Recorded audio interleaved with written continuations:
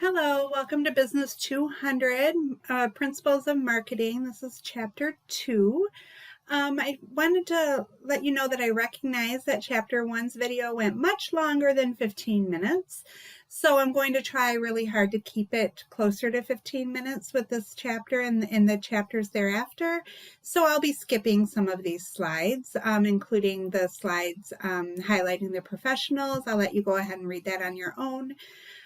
So here we go. Let's get started here. So we're still in Unit 1, Marketing in the 21st Century, and we are on Chapter 2, Strategic Planning. Here are the learning objectives. And here is an executive perspective. This is something I'll have you read on your own. So the strategic plan will help you earn your degree. So whether you are marketing yourself or some other product, strategic planning can greatly increase the likelihood of success. And I just wanted to remind you as well that all of the definitions to these terms are at the end of the slides. And then while you're reading the slides, if you click on the links, it will bring you directly to the definitions. Okay, so so strategic planning and strategic plan, we're going to move on from there. And here are the elements of a strategic plan. We've got a marketing plan, human resources plan, risk management plan, and then financial plan. And of course, in this course, we will focus on the marketing plan part of this. So a firm should begin the process of developing a mission statement by considering the following questions. What is our business? Who is our customer? What is our value to the customer? And what should our business be? The mission statement provides a standard to ensure that the business never strays too far from its core goals and values through changing times. A sound mission statement provides a basis for developing the marketing plan. The mission statement for Patagonia: build the best product, cause no unnecessary harm, use business to inspire and implement solutions to the environmental crisis. So the marketing plan is an action-oriented document or playbook that guides the firm's marketing strategy. Creating a marketing plan requires the input, guidance, and review of employees throughout the various departments of a firm, not just the marketing department. The specific format of the marketing plan differs from organization to organization. Most plans include 5 components: executive summary, situation analysis, marketing strategy, financial section, and control section. The executive summary is a 1 to 2 page synopsis of the marketing plan's main points. The situation analysis helps identify market trends, conditions, and competitive forces. The marketing strategy component lists the actions the firm must take to accomplish the marketing objectives. It established in its mission statement and strategic planning. Sorry about that. The financial section provides those reading the plan with a bottom line numerical estimate of the organization's profitability. A sales forecast projects how many units of a product the company expects to sell during a specific time period. The expense forecast is an estimate of the costs of the company will incur to create, communicate, and deliver the product. And then break-even analysis combines the data from the sales and expense forecasts. Controls monitor performance and adjust the plan over time. Control provides a link between the organization and its environment. The implementation section provides a detailed account of how the specific actions of the marketing plan will be carried out and who will be responsible for doing so. And then an outline of the organizational structure assigns specific responsibility for the parts of the marketing plan. Contingency planning defines the actions the company will take if the initial marketing strategy falls short of expected results. The 5 components of the marketing plan are interlinked and connected. Each of the components should be grounded in the firm's overall mission, which is ideally defined in a clear and succinct mission statement.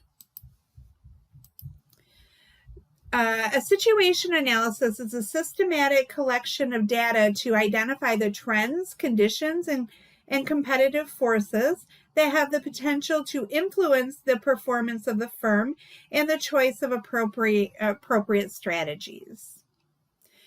The situation analysis comprises 3 subsections: market summary, SWOT analysis, and competition. The market summary sets the stage for the situation analysis section by focusing on the market to which the firm will sell its products. A market is the group of consumers or organizations that is interested in and able to buy a particular product. The market summary would also consider the growth opportunities internationally and potential sales through international expansion. One of the most popular analysis tools to describe the current market is the Boston Consulting Group BCG matrix. So this is the BCG matrix, cash cows are products that have a large market share in an industry with low growth rates. Question marks have a small market share in high growth industry. Dogs are products that have small market share in industry with low growth rates.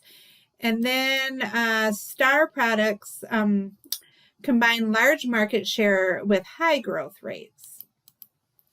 So the BCG matrix combines the 2 elements of market growth and relative market share to produce 4 unique product categories: the stars, cash cows, question marks, and dogs, each of which requires a different marketing strategy. The virtual axis measures market growth. The vertical axis measures market growth. The horizontal axis measures relative market share. The evaluation of a firm's strengths, weaknesses, opportunities, and threats is called SWOT analysis. The strengths and weaknesses aspect of the analysis focus on internal characteristics. The opportunities and threats aspect of the SWOT analysis focuses on the external environment. SWOT analysis lets managers look for ideas and strategies that might produce a competitive advantage. For example, the firm can ask questions like, how can the firm use its strengths to take advantage of opportunities? How can the firm overcome weaknesses that keep it from taking advantage of opportunities? How can the firm use its strengths to reduce the impacts of threats? And how can the firm overcome weaknesses that will make threats a reality? And here's an example of a SWOT analysis for McDonald's.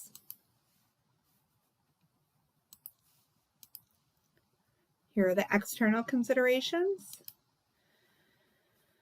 While most marketing plans examine direct competitors thoroughly, indirect competitors typically receive far less attention or are overlooked entirely. Indirect competitors can take market share away from a firm as macro trends or consumer preferences change. The competition analysis section, which begins by clearly stating the organization's direct competitors.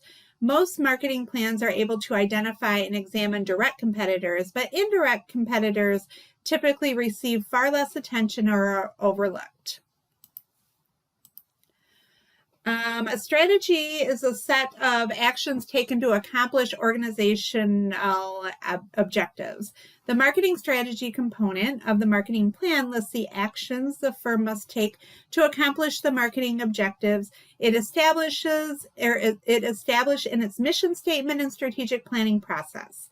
The effectiveness of the marketing strategy depends in part on the clarity of the short and medium term objectives the firm has defined. Quality marketing objectives have three basic characteristics: specific, measurable, and realistic. Developing specific, measurable, and realistic marketing objectives provides a good basis for companies as they seek to identify a target market, correctly position their product for their market. Positioning refers to the activities a firm undertakes to create a certain perception of its products in the eyes of the target market. To position its products, firms must take into consideration issues such as competition, the needs and wants of the target market, and the element of mystique or drama that the good or service naturally has. So a target market is a group of customers toward which an organization has dedicated or decided to direct its marketing efforts. Small firms may have only one target market. Large organizations may enter multiple target markets. Regardless of size, firms tend to enter multiple markets by first serving one group and then expanding based on success with that group. Success within the target market depends to some degree on how the firm positions its product. A company's marketing strategy can follow various paths based on the product and industry, but most seek to move the product in one of four directions. Market penetration strategies emphasize selling more of existing goods and services to existing customers. Product development strategies involve creating new goods and services for existing markets. Market development strategies focus on selling existing goods and services to new customers, and then diversification strategies seek to attract new customers by offering new products that are unrelated to the existing product produced by the organization. A company's marketing strategy can follow various paths based on the product and industry, but most seek to move the product in one of these four directions. In 2018, Walmart International operated in 27 countries, including China, India, Brazil, and Mexico, where it had over 5,900 international stores. In the final aspect of the marketing strategy section of the marketing plan focuses on determining how each element of the marketing mix will support the chosen strategy. The product section of the marketing plan comprises a detailed description of the product being offered, not only the good or service itself, but also any related services like warranties and guarantees that accompany the good and service. A product possesses a competitive advantage when it enjoys a superior position over competing products because consumers believe it has more value than other products in its category. The promotion section details how the organization will communicate the value of its product. This section builds on the strength of the product section and references the specific promotional tools, advertising, sales, promotion, personal selling, or public relations the organization will use to reach its target market. Distribution strategies fall within the place marketing mix element. The distribution section of the marketing plan describes how the firm will deliver value to its customers. The pricing section of the marketing plan specifies how much many customers must pay for the product and describe why the product was selected. And here's an example of McDonald's strategic decision in 2015. The new reality of globalization means a firm's planning process must include a decision about, if any, international presence the firm wants to pursue. One of the most critical strategic decisions involves how to enter foreign markets. The firm must choose among the five major strategic options for entering the international marketplace. Exporting, licensing, franchising, joint venture, or direct ownership. Each offers a unique mix of risk and reward. Typically, the least risky option for entering international markets is exporting. Exporting is selling domestically produced products to foreign markets. Increasingly, firms of all sizes export their products to other countries. Licensing offers marketers the advantages of expanding the reach of their products quickly in a low-cost way. Licensing is a legal process in which one firm pays to use or distribute another firm's resources. The use of licensing to enter international markets has increased significantly in recent years due to several factors, including more regulation, rising R&D costs, and shortened product life cycles. Franchising is a contractual agreement in which the franchisor provides a franchisee the right to use its name in marketing and operational support in exchange for a fee and typically a share of the profits. A riskier option than exporting, licensing, or franchising is a joint venture, where a domestic firm partners with a foreign company to create a new entity, thus allowing the domestic firm to enter the foreign company's market.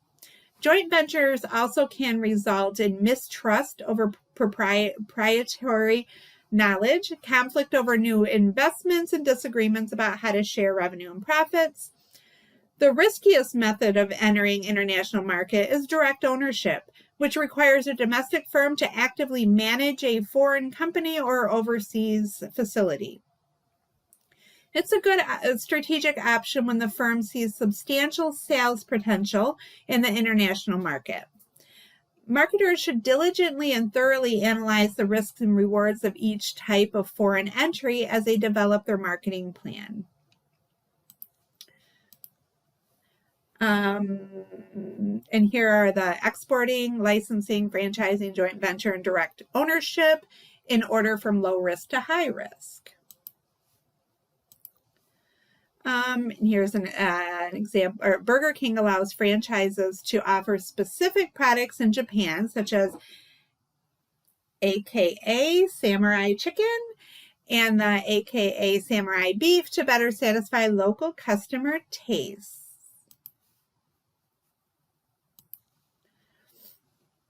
The goal of marketing analytics is to maximize marketing effectiveness and optimize return on investment. Firms that look only at return on marketing investment may fall into the common trap of thinking all is well. In fact, one successful product line may have masked failures in other parts of the company. So for a fuller picture, it is useful to quantify the various sources of revenue. The goal of revenue analysis is to pinpoint what is working and what is not relative to the objectives of the organization. And here is an this figure is auto manufacturer market share in the U.S. from 2009 to 2017. Market share measures the firm's sales as a percentage of total market share. It does not indicate the size of the market sales. Marketers often use two important metrics to evaluate profitability. That's customer acquisition and customer profitability. Customer acquisition measures how much the firm spent to gain new customers. Marketers also measure individual customer profitability, which is the profit a firm makes from a customer over a specific period of time. And that is it for chapter 2. Thank you.